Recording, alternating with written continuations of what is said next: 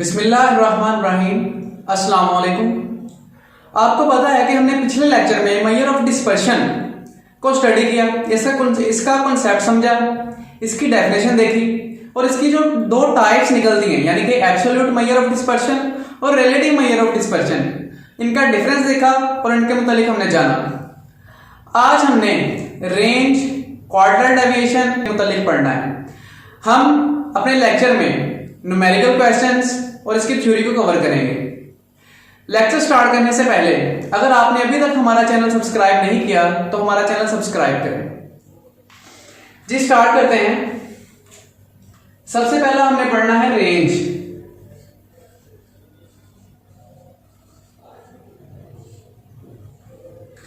Range क्या होगा इसकी डेफिनेशन देख लेते हैं। रेंज क्या होगा? Difference between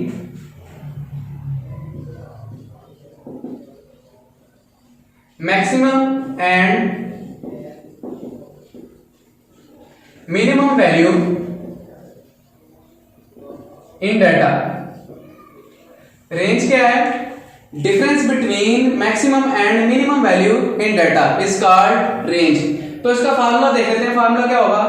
range is equal to X M minus X naught. X M किसको डिनोट कर रहा है? एक्स एम डिनोट कर रहा है मैक्सिमम वैल्यू को, और एक्स नॉट किसको डिनोट कर रहा है? एक्स नॉट डिनोट कर रहा है मिनिमम वैल्यू को। कोई भी डाटा आ जाता है, आपने सिर्फ उसमें से मिनिमम वैल्यू ढूंढनी है और मैक्सिमम वैल्यू ढूंढनी है, तो आप इजीली रेंज फाइंड आउट कर सकते हो। अब हमने देखा था कि इसकी दो टाइप हैं मेजर ऑफ डिस्पर्शन की, absolute major of dispersion, relative measure of dispersion. जो टॉपिक भी हमने स्टडी करना है दोनों के लिए स्टडी करना है। तो जो हम रेंज निकालेंगे, ये रेंज निकालेंगे, ये होगी एब्सोल्यूट मेजर ऑफ डिस्पर्शन की। और जब हमने कोएफिशिएंट ऑफ रेंज निकालना है,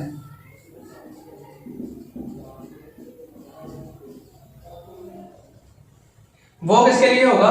रिलेटिव मेजर ऑफ डिस्पर्शन के लिए होगा। अब रेंज का फार्मूला तो ये होगा, लेकिन कोएफिशिएंट ऑफ रेंज का फार्मूला क्या होगा? कोएफिशिएंट ऑफ रेंज का फार्मूला देख लेते हैं।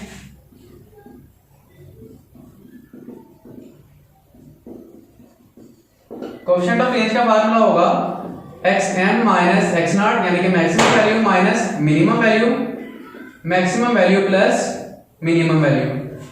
ये होगा कोएफिशिएंट ऑफ रेंज का फार्मूला। और हमने पिछले लेक्चर में ये भी देखा था कि जो एब्सोल्यूट मेजर ऑफ डिस्पर्शन है, इसका ये जो आंसर देता है ये विद यूनिट देता है, जबकि रिलेटिव मेजर ऑफ डिस्पर्शन जो है वो आंसर जो है विद आउट यूनिट देता है। तो इसका बेसिक कॉन्सेप्ट वो भी आपको मैं समझा देता हूं।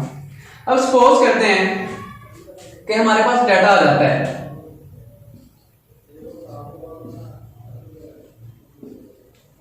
ये डाटा आ गया। अब हमने क्या करना है? सिंपल काम है, आपने सिर्फ इसमें से मिनिमम वैल्यू और मैक्सिमम वैल्यू तलाश करनी है, फार्मूला में पुट कर देनी है, आंसर आ जाएगा रेंज का। तो मैक्सिमम वैल्यू 10 है, इसमें इसकी जगह मैक्सिमम वैल्यू पुट कर दी, उसके बाद माइनस मिनिमम वैल्यू कौन सी है? 2 है, तो उसकी जगह 2 पुट कर दिया, आंसर क्या आएगा? 8। तो ये 8 जो है ये रेंज का आंसर आ गया। अब सपोज करते हैं कि ये जो डाटा हमारा था ये केजी में था, ये 2 किलोग्राम, 4 किलोग्राम, 6 किलोग्राम, 8 किलोग्राम और 10 किलोग्राम। अब जो आंसर आएगा वो इस तरह से आएगा 10 केजी माइनस 2 केजी, तो आंसर क्या आएगा? 8 केजी। अब ये जो यूनिट है ये रेंज का जो आंसर आएगा उसके साथ लगा होगा। लगा क्यों होगा? क्योंकि हम किसको स्टडी कर रहे हैं? एब्सोल्यूट मेजर ऑफ डिस्पर्शन को। इसी तरह अगर हम कोएफिशिएंट ऑफ रेंज निकालते हैं यानी कि रिलेटिव मेजर ऑफ डिस्पर्शन की तरफ जाते हैं तो क्या होगा? जी देखते हैं अभी। कोएफिशिएंट ऑफ रेंज का जो फार्मूला है X M minus X naught, इसी तरह 10 KG minus 2 KG divided by 10 KG plus 2 KG. अब ऊपर जो है वो आंसर क्या आ जाएगा? 8 केजी और नीचे आंसर क्या आ जाएगा? 12 केजी। अब देखो जरा, फ्रैक्शन की वजह से, बटे की वजह से, तकसीम करने की वजह से क्या होगा कि ये जो यूनिट है ये कैंसिल हो जाएगा। उसके बाद इसको डिवाइड करते हैं, 8 तकसीम 12, आंसर आ जाएगा 0.667। ठीक है। अब मैंने इसके साथ केजी नहीं लिखा, यही वजह है, फ्रैक्शन की वजह से, बटे की वजह से, तकसीम करने की वजह से जो यूनिट होता है साथ में, यानी कि केजी केजी जो चल रहा था वो बटे की वजह से कैंसिल आउट हो गया, और बाकी इस वजह से ये जो हमारा आंसर आता है रिलेटिव मेजर ऑफ डिस्पर्शन का, ये यूनिट फ्री होता है, और जो एब्सोल्यूट मेजर ऑफ डिस्पर्शन का आंसर आता है वो विद यूनिट होता है। अब एक और बात रिलेटिव मेजर ऑफ डिस्पर्शन के मुतालिक, अगर आप इस आंसर को 100 से मल्टीप्लाई करवा देते हो तो आपका जो आंसर है वो परसेंटेज में कन्वर्ट हो जाएगा। मिसाल के तौर पे इसको अगर हम 100 से मल्टीप्लाई करवाते हैं तो 66.67% इसको लिख सकते हैं आंसर को। क्लियर? अब ये तो था सिंपल डाटा।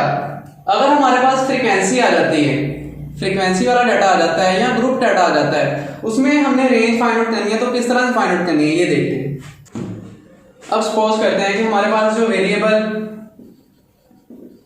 वेट आ गया किलोग्राम में 2, 4, 6, 8 और साथ में आ गई फ्रीक्वेंसी, ये आ गई फ्रीक्वेंसी। अब हमें इसको किस तरह से हैंडल करना है?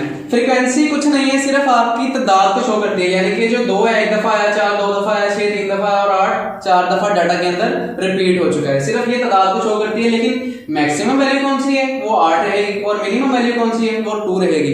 यानी कि इसको भी हमने जैसे पीछे अभी सिंपल डाटा के ऊपर फार्मूला अप्लाई किया रेंज का और कोएफिशिएंट ऑफ रेंज का, सेम वही मेथड से ये फार्मूला अप्लाई करना है। अब तीसरे टाइप का डाटा, अगर हमारे पास ग्रुप्स आ जाते हैं, ग्रुप्स के साथ फ्रीक्वेंसी आ जाती है, तो उसको किस तरह से हैंडल करना है वो भी देख लेते हैं। सपोज करते हैं कि यहाँ पे अब ये ग्रुप्स आ गए हैं,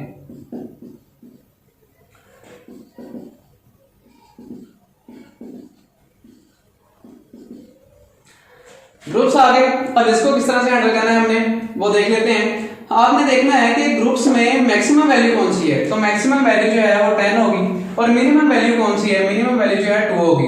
तो मैक्सिमम वैल्यू भी तलाश कर ली, मिनिमम वैल्यू भी तलाश कर ली, उसी तरह फार्मूला में वैल्यूज पुट करेंगे और आंसर उसको बता देंगे। उसके बाद रेंज तो हमने चेक कर लिया, इसको सिंपल डाटा के ऊपर भी अप्लाई कर लिया, फ्रीक्वेंसी के ऊपर भी कर लिया और ग्रुप डाटा के ऊपर भी अप्लाई कर लिया। लेकिन रेंज के कुछ डीमेरिट्स होते हैं, कुछ इसके डिसएडवांटेजेस होते हैं, अब मैं वो आपको बताता हूं। अब डिसएडवांटेजेस का क्या है कि जो रेंज है ये सिर्फ मैक्सिमम और मिनिमम वैल्यू को लेती है, जबकि दरमियान वाला डाटा, मिसाल के तौर पे ये हमारे पास डाटा है, ये मिनिमम वैल्यू, ये मैक्सिमम वैल्यू है, ये मिनिमम वैल्यू और वो मैक्सिमम वैल्यू है, लेकिन ये जो दरमियान वाला डाटा है इसको इसने कैलकुलेशन में यूज नहीं करना, तो ये इसको बोलते हैं एक्सट्रीम वैल्यूज, यानी कि इंतहाई वैल्यूज होती हैं। ये जो बिल्कुल छोटी वैल्यू होती है डाटा के अंदर जो, और जो बिल्कुल बड़ी वैल्यू होती है उसको एक्सट्रीम वैल्यूज बोलते हैं। तो ये सिर्फ एक्सट्रीम वैल्यू को लेके हैंडल करती है और उसको फार्मूला में पुट करके हमें आंसर बताती है। तो अगर इस तरह से हम डिस्पर्शन को स्टडी करते हैं तो ये हमें मिसलीड कर सकता है। मिसलीड क्यों? क्योंकि ये डाटा के अंदर तमाम इंफॉर्मेशन को अब यूज नहीं कर रहा। उसके बाद इसका दूसरा डिसएडवांटेज ये है कि अब तो हमने देखा कि ग्रुप्स अगर आ जाते हैं तो हम इजी यहां से देख सकते हैं कि इसमें मैक्सिमम वैल्यू कौन सी है, मिनिमम वैल्यू कौन सी है, और डाटा के अंदर इसको फार्मूला के अंदर पुट करते हैं तो आंसर आ जाता है। अब सपोज करते हैं कि ओपन एंड क्लासेस हैं। ओपन एंड क्लासेस क्या होती हैं वो भी आपको बता देता हूं। मसलन अक्सर यहां पे लिखा होता है बिलो और यहां पे लिखा होता है अबव। अब यहां पे मिनिमम वैल्यू नहीं हमें पता, ना ही हमें मैक्सिमम वैल्यू का पता है, क्योंकि मिनिमम वैल्यू की जगह तो बिलो लिख दिया, यानी 4 से नीचे कुछ भी हो सकता है, और 8 मैक्सिमम वैल्यू की जगह अबव लिख दिया, यानी कि 8 से आगे कुछ भी हो सकता है। तो अगर ओपन एंड क्लासेस आ जाती हैं तो हम रेंज को फाइंड आउट नहीं कर सकते। अब ये तो हो गया डीमेरिट। अब इसका मेरिट क्या है? इसका मेरिट ये है कि आपके पास कोई ऐसा डाटा सेट आ जाता है जिसकी मुकम्मल आपको इंफॉर्मेशन नहीं है, यानी कि दरमियान वाला एरिया कुछ स्किप है, लेकिन आपको उस डाटा के अंदर जो मैक्सिमम वैल्यू है और मिनिमम वैल्यू उसका पता है, तो आप आसानी से डिस्पर्शन स्टडी कर सकते हो रेंज की मदद से। सिर्फ इसका यही एक मेरिट है और बाकी दोनों इसके डीमेरिट्स थे। रेंज हमने स्टडी कर लिया। अब क्वार्टर डेविएशन देखते हैं क्या है। Quarter deviation is equal to Q3 minus Q1 divided by 2। इसी को जब रिलेटिव मेजर ऑफ डिस्पर्शन में स्टडी करेंगे तो वो होगा कोएफिशिएंट ऑफ क्वार्टर डेविएशन। इसका फार्मूला होगा Q3 minus Q1 divided bye Q3 plus Q1। अब इसी से इसकी डेफिनेशन बनाई जा सकती है। किस तरह? Difference between upper and lower quartile divided by 2 is called quartile deviation। और quartile deviation को दूसरे अल्फाज में सेमी इंटर क्वार्टाइल रेंज भी कहा जाता है। अब ये जो डाटा, ये जो क्वार्टाइल डेविएशन है, ये रेंज से कदरे बेहतर है। किस तरह से, वो मैं आपको समझाता हूं।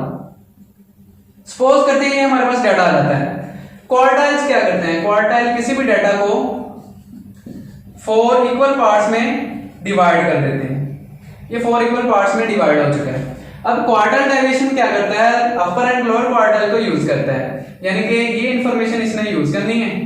बाकी जो इंफॉर्मेशन अपर क्वार्टाइल से अबव और लोअर क्वार्टाइल से जो बिलो है, जितनी भी वैल्यूज लोअर क्वार्टाइल से बिलो और अपर क्वार्टाइल से अबव है, ये क्वार्टाइल डेविएशन उन वैल्यूज को यूज नहीं करता।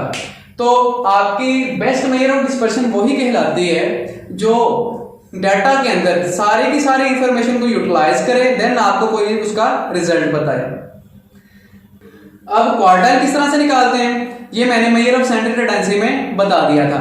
अगर आपको क्वार्टाइल निकालना नहीं आते तो नीचे आपको डिस्क्रिप्शन में लिंक मिल जाएगा। जब आप वो लिंक ओपन करोगे तो आपको सिंपल डाटा के ऊपर क्वार्टाइल किस तरह से निकालते हैं, ग्रुप डाटा के ऊपर और अनग्रुप डाटा के ऊपर क्वार्टाइल किस तरह से निकाले जाते हैं, वो आपको मिल जाएंगे।